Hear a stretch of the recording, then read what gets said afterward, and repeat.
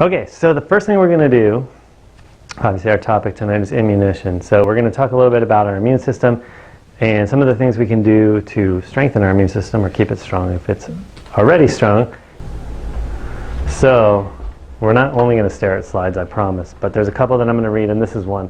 So it says up to 20% of Americans get the flu every year, and Americans suffer 1 billion colds. So there's not even a billion people, right? You got that? Children get colds and the flu more often than adults, and some kids get as many as 12 colds a year, while adults average 2 to 4 per year. And that's Harvard or one of those places. So just to kind of put a context into what, just the common cold and the flu is something that, people expect that they're going to get. We think like, I can't tell you how many people walk in the door just here and tell me, oh, I got the flu again this year, or oh, it's just another cold. Kind of like that's normal. Like you're just supposed to get those things just, a couple times, 2 to 4 times a year if you're an adult, 12 times if you're a kid. So these are some of the things people say. I expect to get stuffy nose. I expect to get achy. I expect a sore throat. But these are limiting beliefs. And here's why. Your immune system is remarkable. We're born with a remarkable immune system. We're made to live on this planet. And our immune system is a big part of how we interact with this planet. And it's not just something where we have to worry about and be scared of germs. Really what we need to do is make sure we just do the things that are right for our immune system to be strong. Or indestructible in this case. So, we're going to talk a little bit about how our immune system works. So the body's incredibly intelligent response to infection. So think about most colds and flus, because we'll go back to that since that's what we were talking about. They enter our body here, through our nasal mucosa, oral mucosa. So the first thing that happens when you notice you're starting to get a cold or a flu is you start to get a stuffy nose, you start to get congested.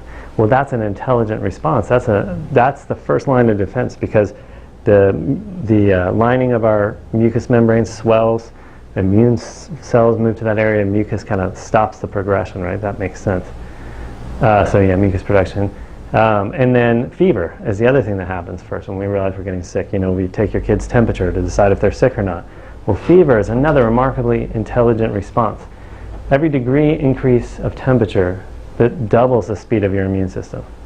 So if you go from 98 to 104, that's 64 times faster that your immune system functions than it does at normal temperature.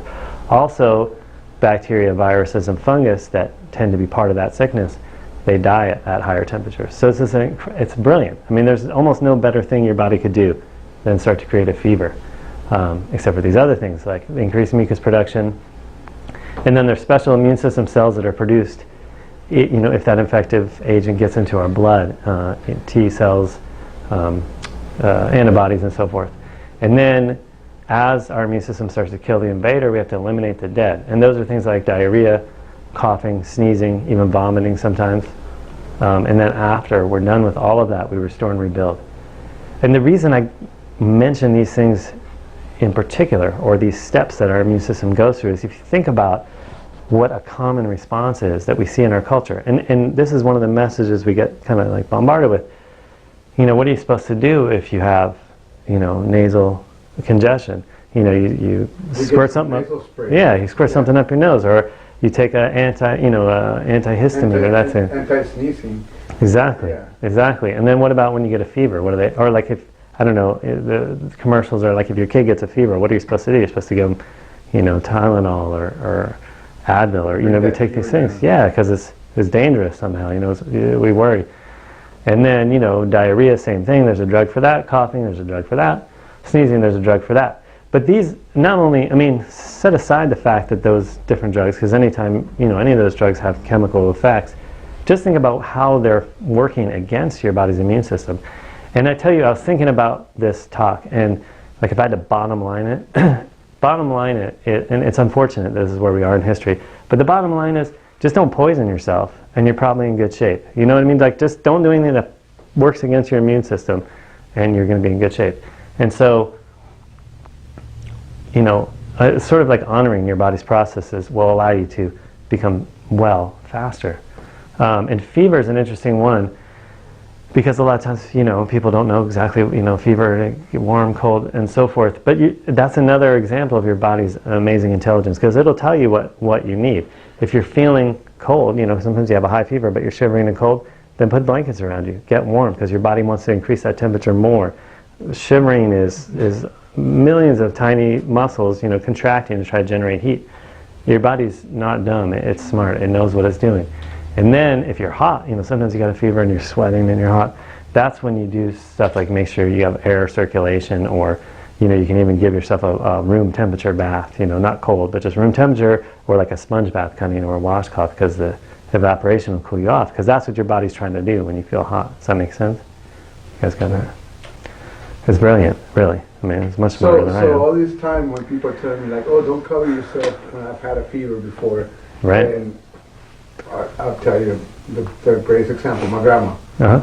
She'd be like, oh, don't be covering yourself. You got to uncover yourself when you got a fever. Don't be covering yourself. And I'd be shivering. I'm like, I need to cover myself. Right. And she'd argue and get mad at me for covering myself. And all this time I can, may God have her in His glory. And may she rest in peace, but I was right. Yeah, there you go. Wow. Exactly. Yes. Absolutely. I mean, really, and then if I bottom lined, like all of the talks I probably will ever do, that right there sums it up. Your body is incredibly intelligent, and if we follow its cues and honor that intelligence and do the things to help support that, we're going to be in much better shape than if we try to fight it at every turn. And so aspirin and Tylenol are common things that we give people or take when we have fevers. But this is just a little thing from Journal of Infectious Disease. They actually suppress the body's ability to produce antibodies to destroy the cold virus. So you're actually, in addition to the other things I said, working against your body's immune system if you take these things when you have a cold. And another thing, acetaminophen, that's Tylenol. And they found it's linked to higher rates of asthma, chronic obstructive pulmonary disease, as well as reduced lung function. You can speculate on why that is. But one of them certainly is, if you're taking it for when you have colds and flus, you're not letting your body's immune system work right. You're fighting against that, so that infection can get deeper into your respiratory system. All right, so we're going to continue on this road for a little bit. So the next one is our flu shot, and I mentioned that because that's an important thing to consider. And so this flu shot for child or self, and so that's the other thing we're kind of told. So all that stuff, take the antihistamine, take the Tylenol, reduce the fever, take the anti-nausea, the anti-diarrhea, all those things. But what about prevention? Take the flu shot. Oh, whoops, that jumped 2 slides there. So here's some of the research about it. The majority of flu shots contain 25 micrograms of mercury, which the FDA has said is okay for humans as long as you weigh 550 pounds. So if you weigh less than that, it's too much. So, I don't know how much you guys weigh, but, you decide that one.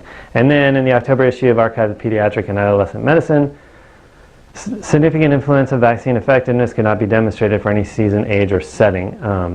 And so this was, they're sort of speculating it, it has no impact.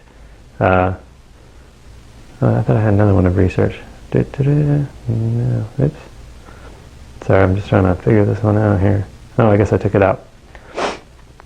And then, so here we're finding, maybe it's not so effective, right? And then this is a list, because I don't know if a lot of people, when they go to Rite Aid or Albertsons and get the flu shot, because I see those signs everywhere in all those places, exactly what's contained in there. I know that's a big laundry list, but I highlighted a couple of them. Animal tissues, pig blood, horse blood, rabbit brain. Wow. Formaldehyde, that's what they put in dead bodies to keep them. Yeah, exactly, right. They're looking out for you, yeah. Human diploid cells, which is originating from human aborted fetal tissue. You might have heard about that in the news with Planned Parenthood getting into trouble with that. That's where a lot of it's going. I don't know if they say that in those news reports or not. Mercury, we talked about that, 0.25 micrograms. Doesn't sound like much until you realize that's for a 550-pound person. MSG, I don't like that in my food, so certainly not injected right into my bloodstream. And then phenoxyethanol, which is antifreeze, trying to preserve you again, right?